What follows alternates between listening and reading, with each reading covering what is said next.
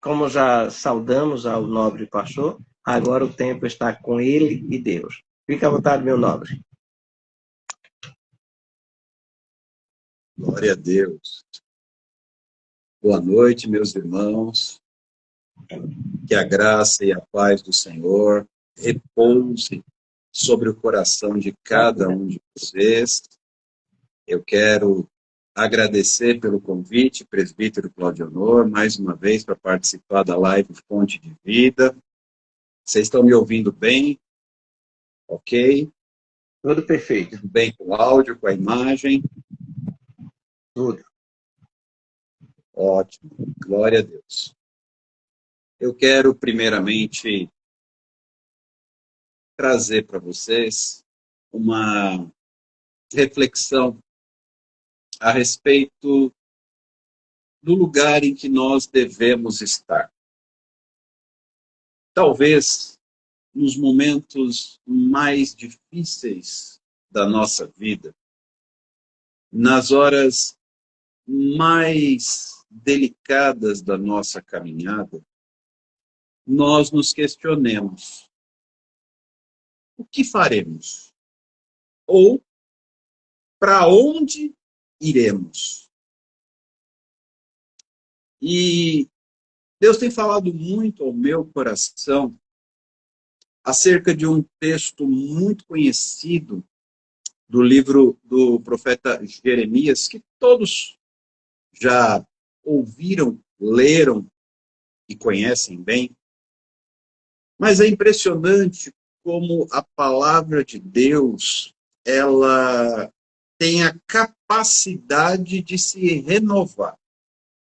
É incrível como a Bíblia é fonte inesgotável de ensino, de alimento, de exortação, e ela sempre nos aponta a direção. Não é à toa que o salmista diz assim, lá no Salmo 119, guardei a tua palavra no meu coração, para não pecar contra ti. E no mesmo salmo ele diz assim, lâmpada para os meus pés é a tua palavra, e luz para os meus caminhos. Ora, nós precisamos de luz todos os dias.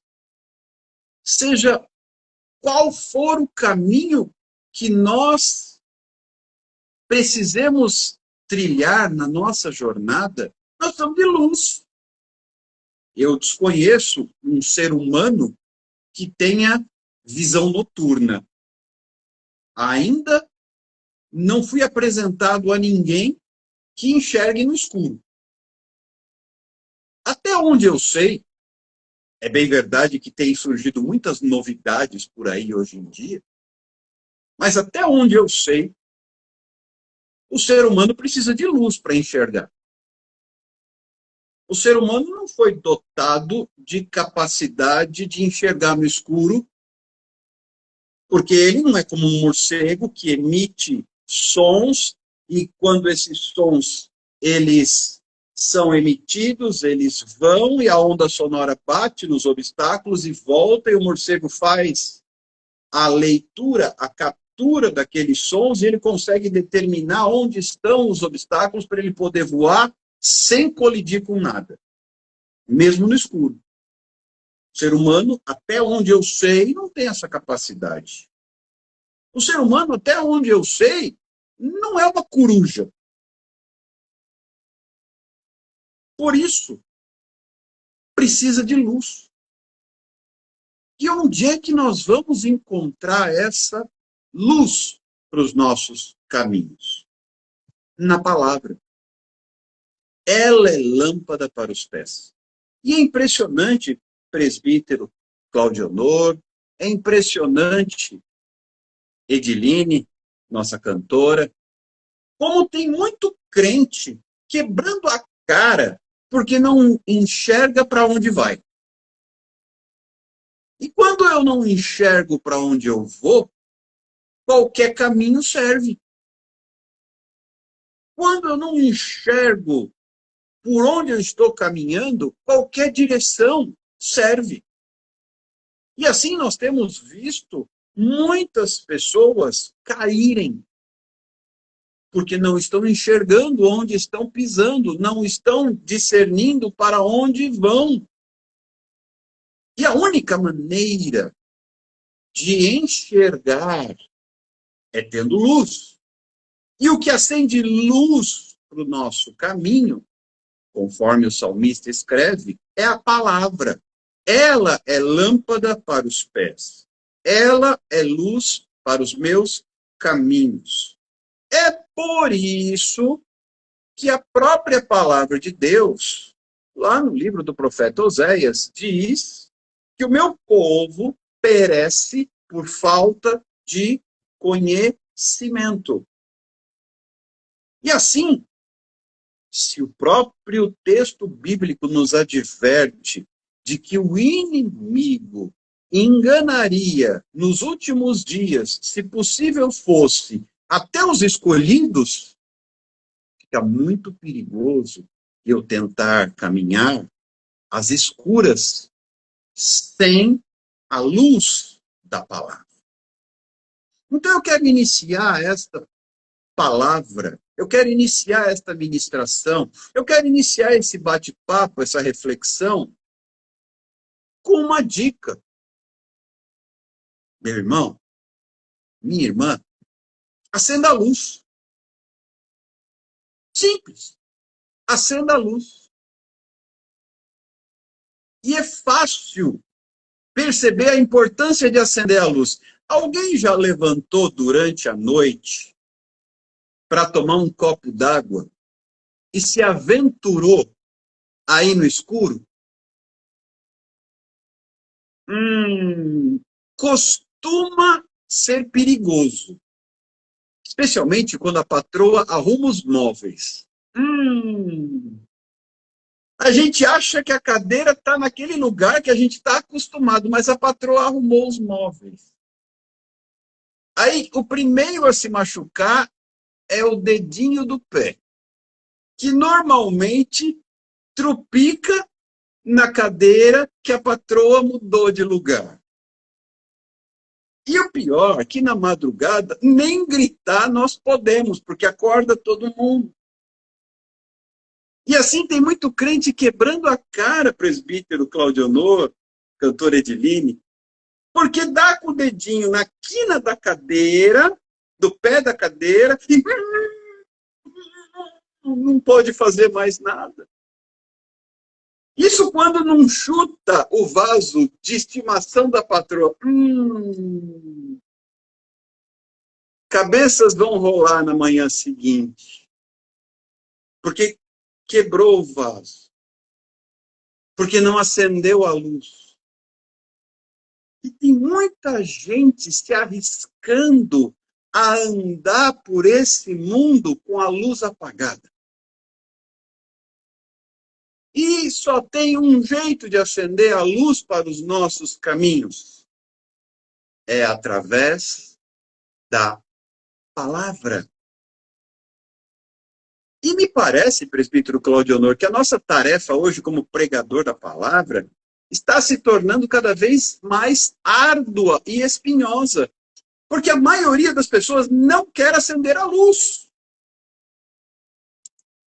Só que acender a luz é algo tão necessário que a primeira providência de Deus, no início da criação, foi dizer, haja luz. Haja luz. Tudo começa quando nós acendemos a luz. Deus começou assim. Não era possível criar nada sem primeiro acender a luz. É claro que naquele primeiro momento a luz não veio do sol, porque o sol para iluminar o dia e a lua para iluminar a noite foram criados depois. No princípio, a luz que raiou emanava do próprio Deus. Mas mesmo assim, ele disse que haja luz, lá no comecinho do capítulo 1 do livro de Gênesis. Então, meu irmão, para de ficar tropeçando. Acenda a luz. Para de ficar tateando. Para de ficar tentando se esquivar dos obstáculos sem enxergá-los. É muito mais difícil. Eu não sei quantos já tiveram a experiência de dirigir à noite o seu automóvel. Pois bem, experimente dirigir numa estrada à noite com os faróis apagados. Eu acredito, presbítero Claudionor, irmã Edine, que vamos ter problemas. E sérios. Eu acredito que em algum momento vai ter uma curva que não será vista. E a colisão aguarda. Tem crente acelerando. Eu estou no centro da vontade de Deus. Eu estou vivendo o meu chamado. Eu estou no centro do meu propósito. Mas de luz apagada. Eu estou cumprindo o ID. Ele me mandou pregar. Eu estou pregando. Ele me mandou tocar e cantar. Eu estou tocando e cantando. Ele me mandou ensinar. Eu estou ensinando. Oi, mas e as luzes? Estão acesas ou apagadas? Ora, quando a luz está apagada, é muito mais fácil o inimigo te enganar. Ele diz para você assim, acelera, porque aqui é reto. Mentira, tem uma curva. Uma curva para você desviar de uma ribanceira. E aí lá vai o crente desavisado. Ladeira abaixo. Tem muito crente ladeira abaixo, porque está com a luz apagada. E como é que acende a luz? A luz está acesa na palavra. E a palavra me diz onde é que eu devo estar. Em Jeremias capítulo 18. Diz o texto, Ediline, Claudionor, diz o texto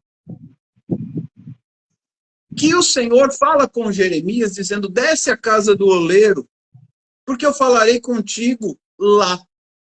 Lá você vai ouvir as minhas palavras. E então, Jeremias desce à casa do oleiro, e quando ele chega lá, ele vê o oleiro entregue ao seu trabalho. Ou seja, ele estava com a mão na massa, literalmente, com a mão no barro. Ocorre, versículo 4 de Jeremias 18, ocorre que o vaso que o oleiro fazia de barro se estragou. Mas eu pergunto, onde foi que o vaso se estragou? Na mão do oleiro. Ele não se estragou no chão, ele não se estragou na prateleira, ele não se estragou lá na varanda, ele não se estragou no meio da casa, ele se estragou na mão do oleiro. E quando isso aconteceu, o que o oleiro fez? Tornou a fazer dele outro vaso. Ou seja, aqui, talvez você já tenha lido esse texto, talvez você já tenha escutado alguém pregar sobre esse texto, talvez você já tenha ouvido muito acerca desse texto, mas eu disse, a palavra se renova. Então acenda a luz. Acenda a luz do entendimento, abra os olhos do entendimento. Você se lembra quando o exército do rei da Síria cercou Eliseu, o profeta? E aí o moço de Eliseu disse assim, nós estamos cercados, estamos perdidos, estamos arruinados. Porque o moço estava com a lâmpada, com a luz apagada. Aí Eliseu faz uma oração. Senhor, abre os olhos do moço para que ele veja. Senhor, acende a luz para o moço. Ele não está enxergando, está escuro para o moço. Eliseu, perceba, Eliseu estava tranquilo. Porque Eliseu estava enxergando. O moço estava aperreado. O moço estava arretado, ele estava avexado, ele estava apavorado. E Eliseu tranquilo. Você consegue entender que no mesmo cenário tem um apavorado e um tranquilo? Porque um não enxerga e o outro enxerga. Quem não enxerga fica nervoso. Sim. Quem enxerga fica tranquilo.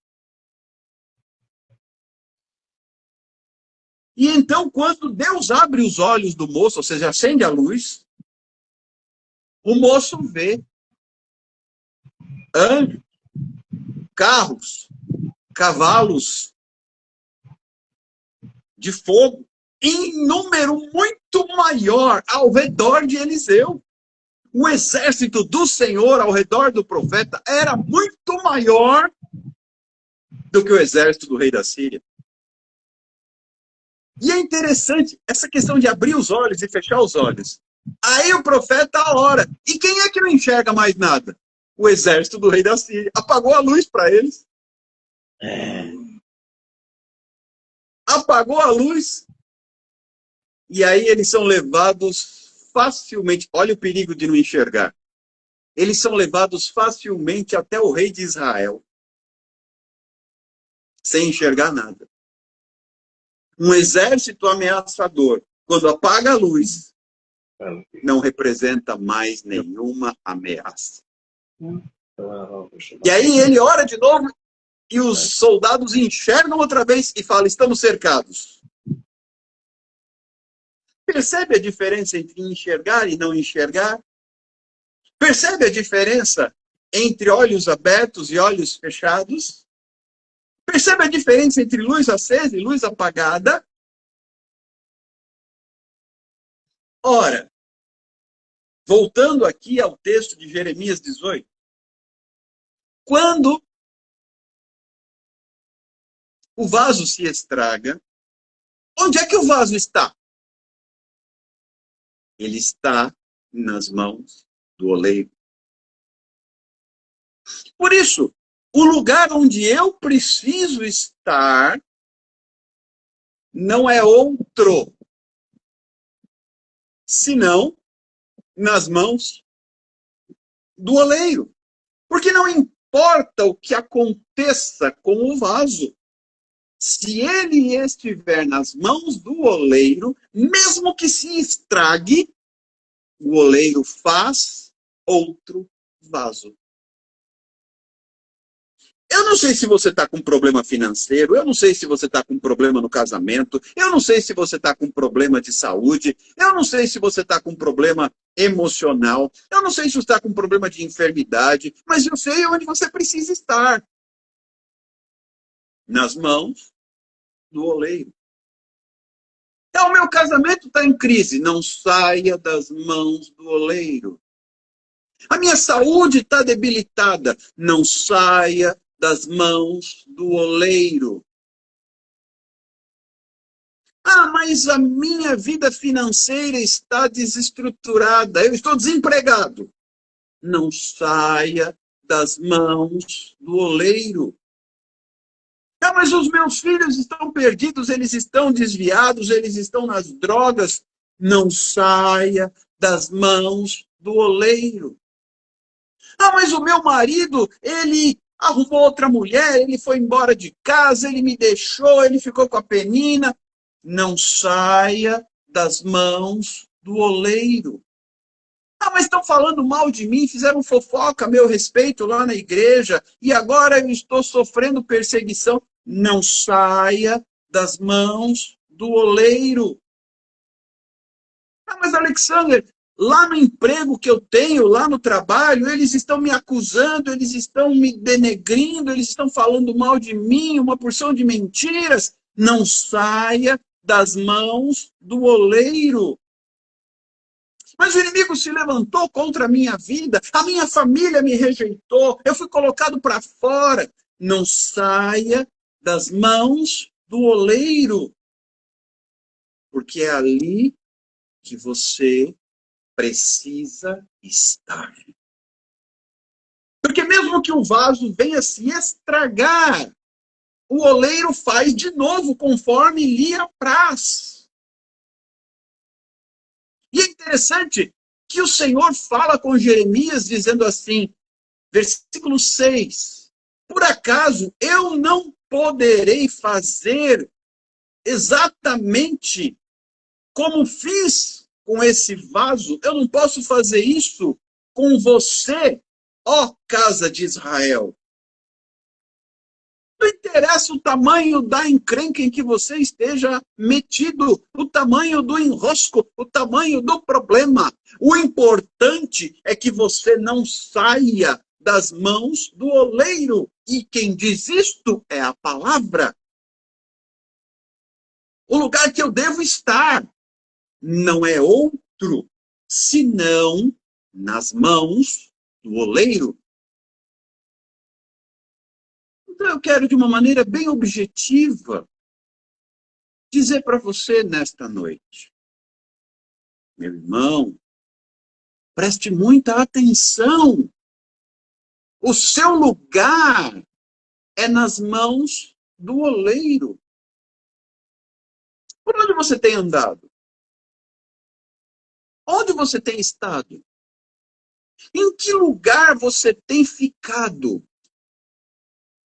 Que tal acender a luz da palavra para te mostrar que o seu lugar é nas mãos do oleiro? Não importam as circunstâncias. Até se o vaso se estragar, se você estiver nas mãos do oleiro, ele faz outro. E o Senhor ainda pergunta, eu não posso fazer com vocês o mesmo que o oleiro fez, ó casa de Israel? Tem gente que chega a dizer, presbítero Cláudio Honor, que não tem mais jeito para a sua vida. Verdade. Mas será que o Senhor não pode fazer outro vaso? Pode. Será que o Senhor não pode fazer um vaso novo? E aí muita gente até declara, Senhor, eu quero ser um vaso novo. Um vaso novo. Tem até um cântico, um corinho antigo, bem antigo, que só os antigos conhecem. Eu quero ser, Senhor amado, como um vaso nas mãos do oleiro. Quebra minha vida e faça de novo. Eu quero ser um vaso novo. Mas como é que você quer ser um vaso novo se você não está na mão do oleiro? Como é que você quer ser vaso novo se você está em outro lugar, na mão sabe de Deus quem? Verdade. Pensa num barro fujão. É aquele que sai da mão do oleiro. Ai, eu não consigo. Onde é que você está? Eu não sei nem onde eu estou. Pois esse é o problema. Então acende a luz e volta para a mão do oleiro. Lá em Apocalipse, João ele escreve assim, arrepende-te e volta ao teu primeiro amor. Volta para a mão do oleiro. O crente, quando se converte, é interessante, aconteça o que acontecer, pode vir um terremoto, um maremoto, um tsunami, ele está firme, porque ele está na mão do oleiro. Mas depois ele acha que cresceu, que virou gente, fica abestado e sai por aí, e sai da mão do oleiro. Sabe, presbítero Cláudio, eu sou crente há mais de 50 anos, e eu não arrisco sair da mão do oleiro, porque eu sei que se eu sair da mão do oleiro, vai dar ruim pro meu lado. Vai dar problema se eu sair da mão do oleiro. E tem uns crentes aventureiros que saem da mão do oleiro, acelerando tudo que pode no escuro. Mas é abestado, né? Pense nos crentes abestados que tem por aí. Mas Deus não ouve a minha oração. Claro, onde é que você está? Eu não sei. Saiu da mão do oleiro. Pense nos crentes arretados. Vive acelerado, vive agitado. Eu estou ansioso, eu estou ansioso. E a Bíblia diz, acende a luz aí da Bíblia. Que pena que o Romerito não está aqui para me ajudar a acender a luz. Acende a luz aí. Lançando sobre ele toda a vossa ansiedade, porque ele tem cuidado de vós. Lança ansiedade. Sai dessa situação. Não fique no escuro. Volte para a mão do oleiro. A palavra de hoje tem 3 pilares. Eu serei bem didático. O dia do professor foi ontem, então eu serei didático. A Ediline está dizendo que caiu. Caiu a conexão dela. Primeiro ponto, acenda a luz. Segundo ponto, não saia da mão do oleiro. E terceiro ponto, tenha fé. E aí, um texto que eu quero trazer para você é o seguinte. Você também conhece esse texto. O problema é que você muitas vezes apaga a luz, não é mesmo? Não adianta conhecer. É preciso viver. Guardei a palavra no meu coração. Não no meu cabeção, no meu coração. Coração fala de íntimo, não de razão. Então, escute bem o que eu vou lhe dizer. No texto de Marcos, capítulo 9, os discípulos de Jesus, eles encontram um demônio um pouco mais endemoniado que os outros. Porque Jesus enviou os discípulos para curar os enfermos, para expulsar os demônios, até para ressuscitar os mortos. Aí o que acontece? Acontece que os discípulos encontram um capeta um pouco mais encapetado. Os discípulos encontram um demônio um pouco mais endemoniado. Os discípulos se deparam com um diabo um pouco mais endiabrado. Por quê? Porque naquele rapaz não era só um demônio, era a Capetolândia. Havia uma legião, uma casta na vida daquele moço. Então, depois você pode examinar esse texto de Marcos, capítulo 9, que conta a história dessa situação. Só para refrescar as ideias, o texto diz o seguinte, a partir do versículo número 17. A multidão respondendo disse, mestre, trouxe-te o meu filho, que tem um espírito mudo. E este, onde quer que o apanhe, despedaça-o, e ele espuma, arranja os dentes, vai definhando. E eu disse aos teus discípulos que o expulsassem, e eles não puderam. Os discípulos não deram conta. O capeta era encapetado. Aquele demônio estava endemoniado. Aquele diabo era endiabrado, gente. Não dava assim para ser conversa mansa com ele, não. E ele respondendo disse, ó geração incrédula. Olha a resposta que Jesus dá. Geração incrédula. Ou seja, geração que não crê. Mas como é que Jesus fala que a geração é incrédula dizendo isso para os crentes? Crente que não crê. Eu te pergunto, como é que pode ter crente que não crê? Mas tem. Sabe aqueles cabecinha de bater bife? Aquelas coisinhas minúsculas dentro da cabeça? Pois é.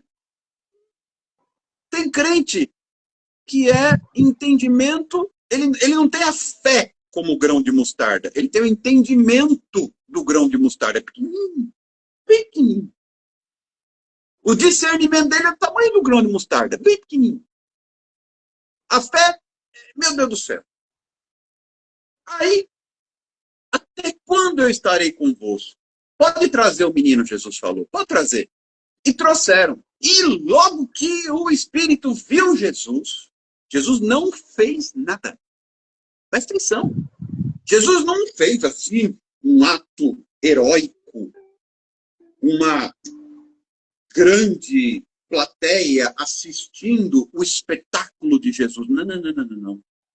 Quando o Espírito viu Jesus, ele já se manifestou e o capeta caiu encapetado. Enquanto o capeta ficava encapetado, Jesus não estava dando audiência para o capeta. Porque tem muito crente que faz entrevista. E aí, capeta, de onde que você veio? Qual o seu nome? Então, me conta. Como é que você faz? Por que você está aí? Conta tudo para mim, eu quero saber. Jesus amado, tanta gente precisa fazer perguntas, vai perguntar para o diabo. Meu Deus, mas a gente vê isso acontecendo. Entrevista com o demônio. E aí, às vezes, tem briga, porque quando tem uma legião, é um monte de capeta. E aí fica uma disputa dos capetas, qual que vai responder as perguntas. Fica um espetáculo encapetado. Aí, o que acontece? Jesus não dá audiência para o capeta. Ele simplesmente vai falar com o pai do menino. Aqui está a chave.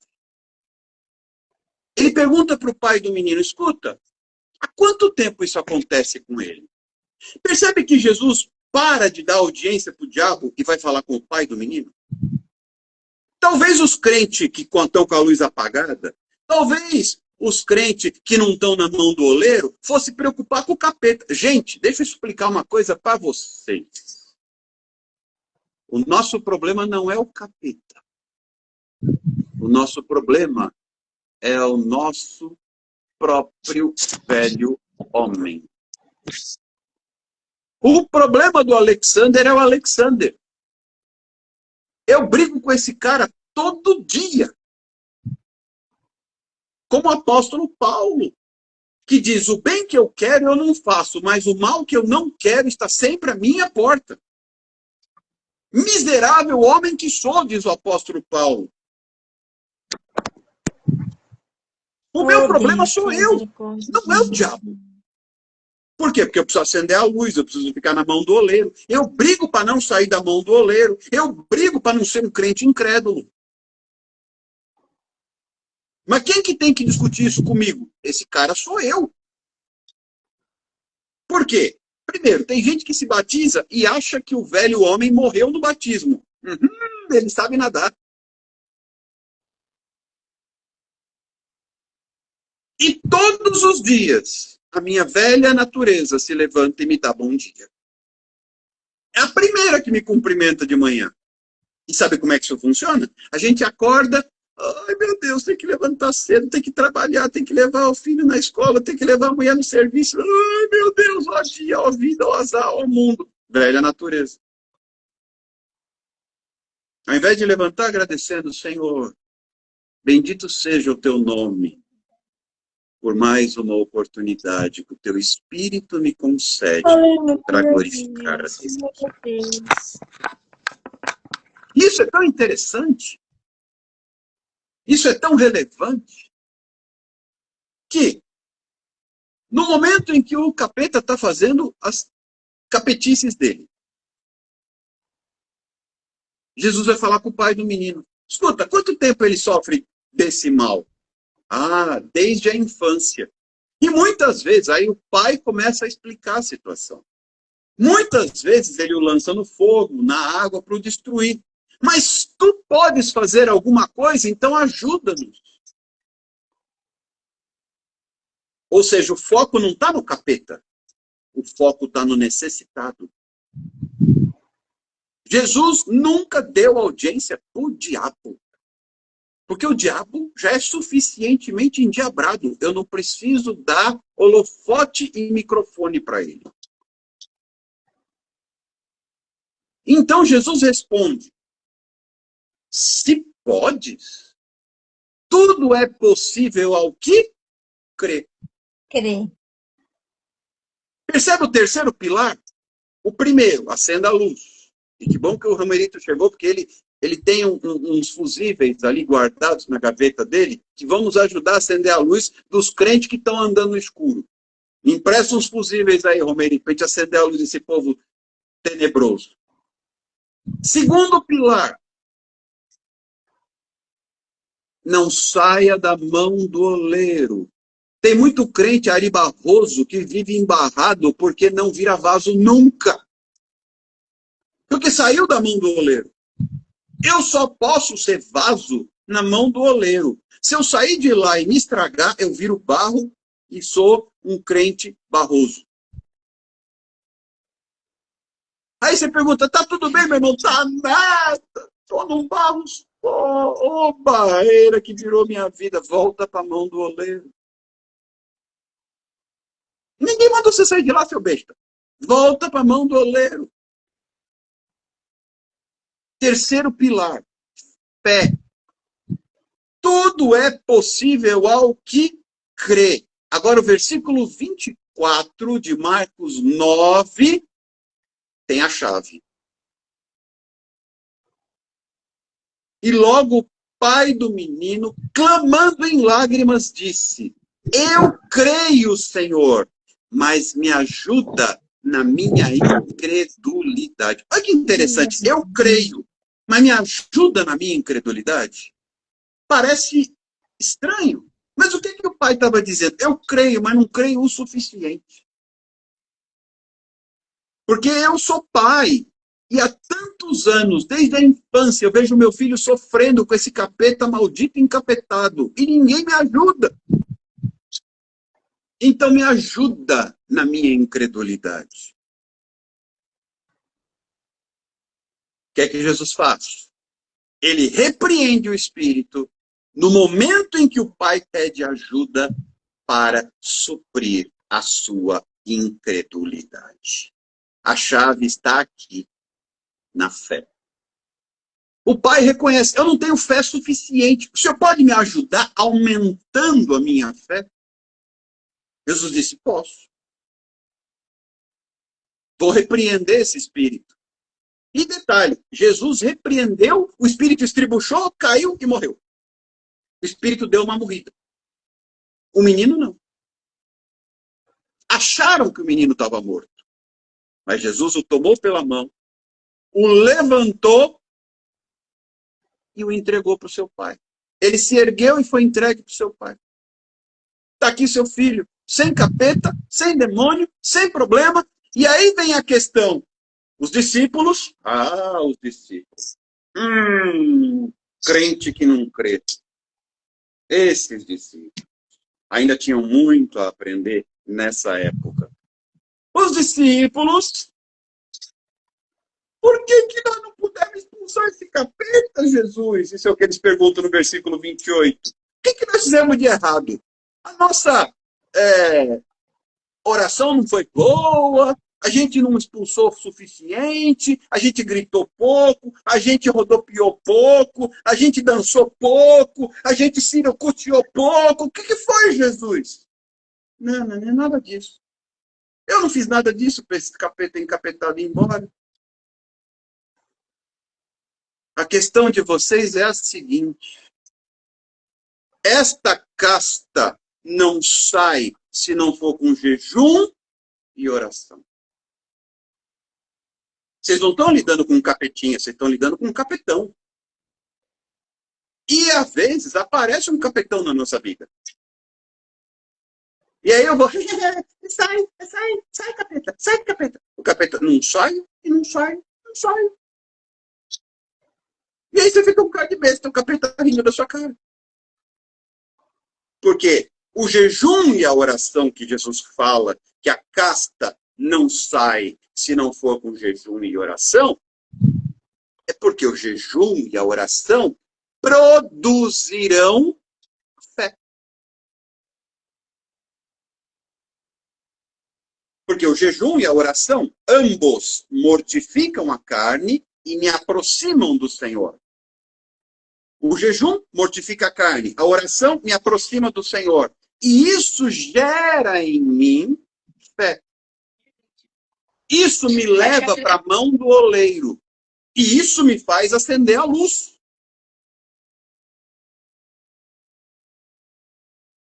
Presta atenção no que eu vou falar agora.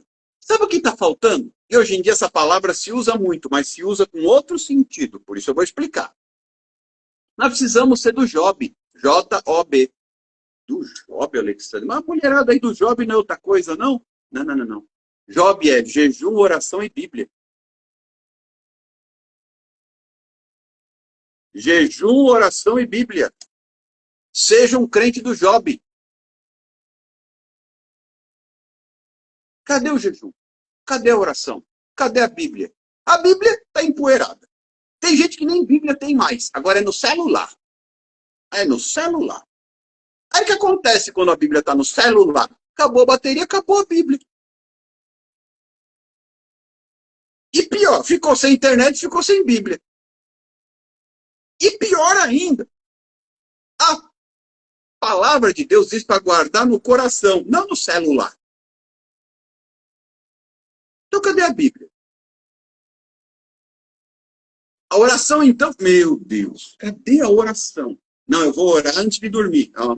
3 palavras. Na quarta já está abençoando Jesus e invocando Genésio. Porque já dormiu. Já fez o upload da alma, a alma já foi embora, está só lá balbuciando medos de palavras, não sabe mais nem o que está falando. Cadê a oração? Jejum? Que jejum que nada? Não sabe mais nem o que é isso. Não sabe como fazer, por que fazer, de onde fazer, e se precisa fazer, eu vou fazer nada. Ou seja, é o crente que anda no escuro, é o crente que saiu da mão do oleiro, e é o crente que não crê. Nós vivemos um tempo em que estamos diante de uma geração de crente que não crê. Misericórdia. É por isso que a Capetolândia dá risada. É por isso, prestem atenção. Eu sou antigo. Eu sou do tempo em que o endemoniado, quando entrava na igreja, era liberto. Porque o demônio não aguentava. Hoje o demônio entra, assiste o culto, participa da reunião, canta junto e, se deixar, dá até testemunho. E, se bobear, evangeliza alguém. Eu fico pensando, Jesus, o que aconteceu com nós? Eu me lembro do círculo de oração. No Nordeste ainda tem. Aqui em São Paulo, você vê chá de mulher, chá de homem, chá de criança, chá de bebê, chá de não sei o quê, é chá. Círculo para orar? Não, o povo não vem para orar. Se fizer chá, o povo vem. Então é chá. Pois é, de tanto chá, o capeta dá chapoletada no povo.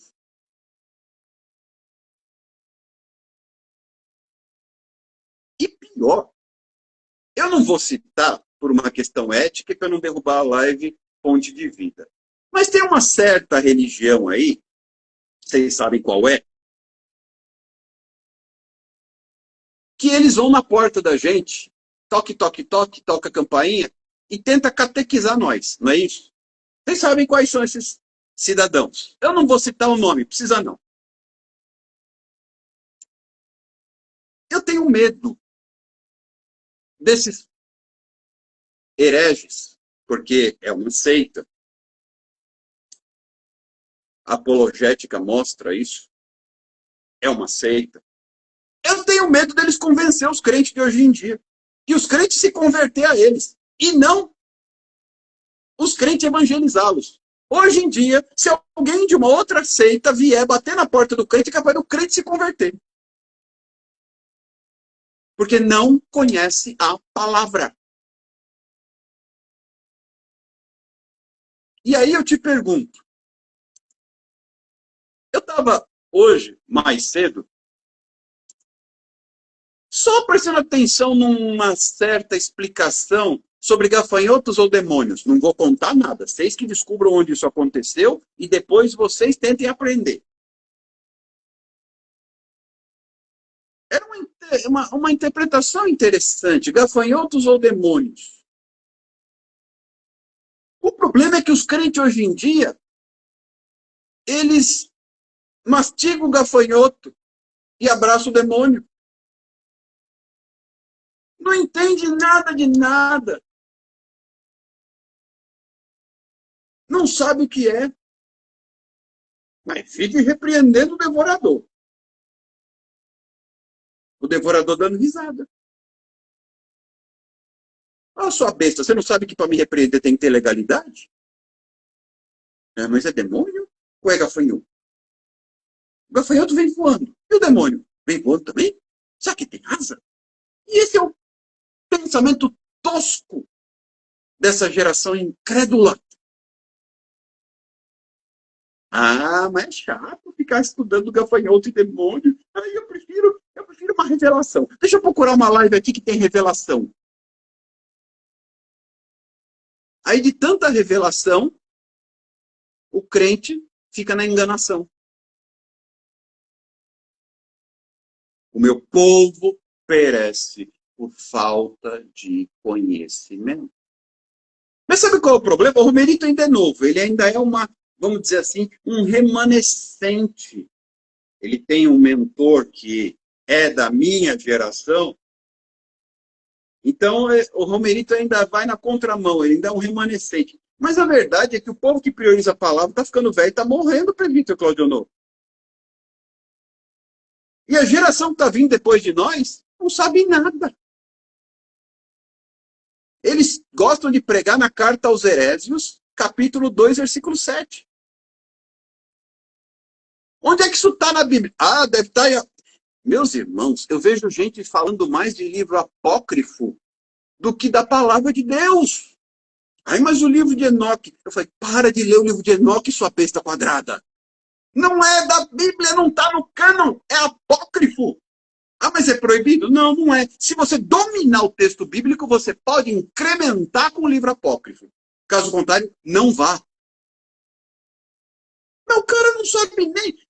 Meus irmãos, é impressionante. O Romerito deve ter experiências semelhantes. Quando a gente vai pregar num livro da Bíblia que não é tão conhecido, o povo não acha.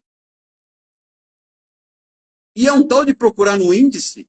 Meus irmãos, abram as vossas Bíblias no livro do profeta Sofonias. Sofonias. Acho que essa página não tem na minha Bíblia. E lá vai procurar no índice. Cadê Sofonias?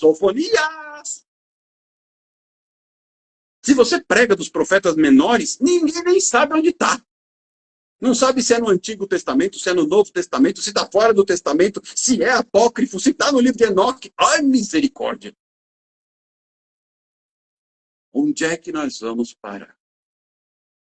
Porque o povo não acende a luz. Saiu da mão do oleiro e não crê. Então, não tem problema se porventura eu estiver andando no escuro, eu posso pedir, Deus me ajuda para que eu acenda a luz.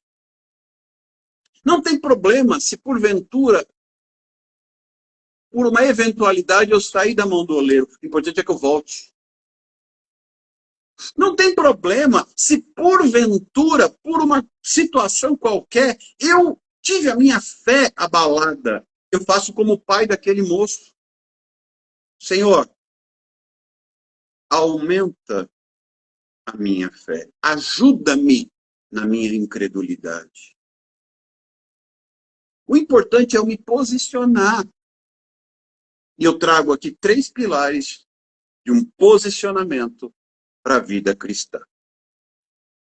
Fico por aqui, porque senão vira vigília, e aí a gente vai se deliciando na palavra noite adentro. Mas eu prometi, e eu gosto de cumprir com as promessas, ontem eu ia contar a experiência. Esqueci não, viu? Estou meio caduco, mas não estou esclerosado ainda. Da lapada que eu levei do Senhor por meio da Flavinha. Fiquei devendo essa explicação. Pois bem, rapidinho. Quando começou a pandemia, em 2020, eu achei que eu estava de férias. Ninguém podia sair de casa mesmo. Ninguém podia fazer nada mesmo. Não podia ir para a igreja. Não tinha culto. Onde eu congregava não tinha estrutura para fazer culto online. Então, beleza. Vesti meu pijama, calcei minhas pantufas e me deitei no sofá. Deus falou, o que você está pensando da sua vida? Eu falei, eu estou pensando que começou a pandemia, Senhor. Então prega a minha palavra. Mas Deus, espera aí. Como é que está o Wi-Fi aí no céu? Caiu a conexão? O senhor está acompanhando os noticiários? Eu não posso nem ir para a igreja. Eu não posso nem ir para a praça fazer culto ao ar livre. Eu não posso nem sair de casa. Como é que eu vou pregar o evangelho? Aí o senhor falou assim, vá para as redes sociais. Eu, como é que é? Eu lacei de rede social, senhor. Eu não sei nem onde fica o botão para apertar esse negócio aqui no celular. Aliás, eu nem acho que tem botão aqui. Cadê o botão? Como é que eu faço, senhor? O senhor disse, vá pregar a minha palavra. Mas como isso, senhor? Utilize as lives. Isso foi em março de 2020. E eu digo que fiz como Abraão. Lembra quando Deus revela para Abraão que vai destruir Sodoma e Gomorra? E aí Abraão começa a negociar com Deus. Se tiver 50 justos, o senhor poupa a cidade. 40, 30, 20, 10. Eu comecei a negociar com Deus. Falei, Deus, tá bom. Então pode ser uma live por semana? Deus disse, tá bom, não. 2 por semana? Tá bom. Tá bom, não. 3 por semana, tá bom, Senhor? Agora ficou legal. Deus diz, legal, não. Então, Senhor, para a gente arrematar, dia sim e dia não. Deus fala, dia sim e dia também. E assim, foram mais de 1000 dias ininterruptos com lives diárias. Primeiramente, no meu próprio perfil, e depois a gente vai conhecendo pessoas. Às vezes o Claudio não sabe bem como é que isso funciona. E aí começam a surgir convites para a gente ministrar aqui e acolá. Eu sei que eu cheguei a fazer naquele tempo 6 lives num dia. Tudo bem. Até então, aí veio a pandemia, começou em março, teve lockdown, março, abril, maio, junho. Quando foi chegando em julho, já tinham se passado aí alguns meses, eu digo, Senhor, estou com uns probleminha aqui, não sei como é que eu vou resolver, o que eu faço agora. Estou te obedecendo, Senhor, estou te obedecendo, estou fazendo live. Mas não está dando certo, estou com uns probleminha aqui, Senhor. Como é que eu vou lidar com essa situação? X, Y, Z, umas questões aqui. Numa bela noite, eu não me esqueço. Eu liguei o aparelhinho aqui, essa geringonça que a gente usa, e tinha uma live acontecendo da irmã Conceição. E a Flavinha estava na live. E eu entrei e assisti. E através da Flavinha, Deus trouxe uma palavra para mim. Jó 42, 10. Deus mudou a sorte de Jó enquanto ele orava pelos seus amigos. E Deus me fala, você está vendo? Você precisa de resposta? Comece a orar pelos outros. De lá para frente, eu peguei um caderno de oração. Só para vocês terem uma ideia de onde isso foi parar. O caderno foi anotado de ponta a ponta e eu comecei o volume 2 do caderno. De tantos pedidos de oração que surgiram. E tantas respostas de oração que vieram. E quanto mais eu orava pelas pessoas, mais Deus respondia às minhas necessidades. Essa lapada que eu digo que levei foi no dia 13 de julho de 2020. Numa madrugada, numa live da irmã Conceição, em que quem estava falando era Flávia Almeida Paz. Portanto, eu aprendi que muitas vezes nós precisamos acender a luz, porque o que nós precisamos ouvir está na palavra. Que Deus abençoe, promessa cumprida, contei a história, obrigado pela oportunidade e até uma próxima, em nome de Jesus.